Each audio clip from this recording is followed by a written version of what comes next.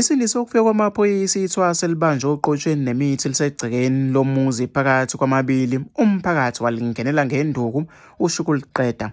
Ukubanjwa kwaleli thwasa nezitaputapu zemithi emzini wakwaXulu eMbizo 1 eMlalazi eShowe kuphoqa ukuba kubizwe amaphoyisa azolitakula olakeni lomphakathi. Ngokuthola kwephephandaba Ilanga, kuthiwa-ke leli thwasa kalazi-ke noma-ke kalaziwe endaweni.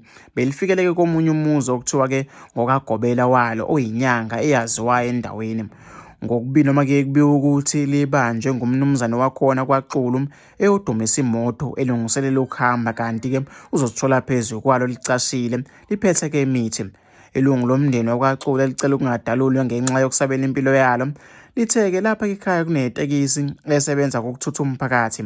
Ngenxa yokuthi-ke ubengakatholakala umuntu ozoyishayela, ubaba lapha-ke ekhaya noma-ke ubezibambela ukulayisha komphakathi.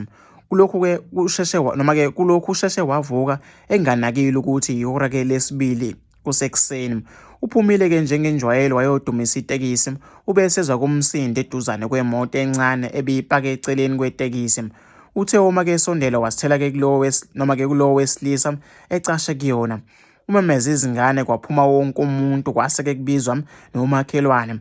Kugcine-ke kufika umphakathi wabeke usumthelekela ngenduku ebuza ukuthi-ke uzokwenzani. Phakathi kwezinto-ke noma-ke abeziphethe bekuyibhayike izimfudu ezintathu eziphilayo, umqhele-ke nezitaputapu zemithi.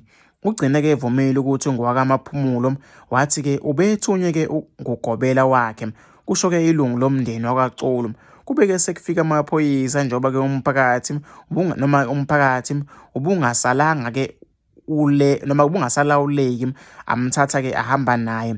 So walandelile-ke amaphoyisa kwayiwa kuyona le nyanga ethe-ke uthunywe yiyona. Ivumile ukuthi yamazi lo wesilisa, yathi beyazi ukuthi ulele egunjini lakhe. Ivumile ukuthi-ke ngezawo lezi zinto abeziphethe, kusho-ke ilungu umnumzane Siphesihle noma-ke umnumzane Siphesihle Mthembu oyinduna yendawo usiqinisekisile-ke lesi sigameko, wathi udaba uselibikile-ke konkosi. Wathi-ke inyanga nethwasa bazovela-ke enkantolo yesizwe. Ngiwutholele kumbiko ngesikhathi kubanjwa lo mfana, ngabe-ke sengiphuthuma khona ukuyobheka ukuthi kwenzekeni.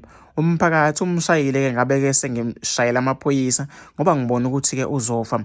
Amaphoyisa athe-ke noma-ke kawakwazi ukumbopha ngoba-ke kawazi ukuthi azombeka liphi icala. Ngiyibikelile kuyinduna noma-ke inyanga engaphansi kwayo. Udaba-ke luyasetshezwa, kusho-ke uMthembu.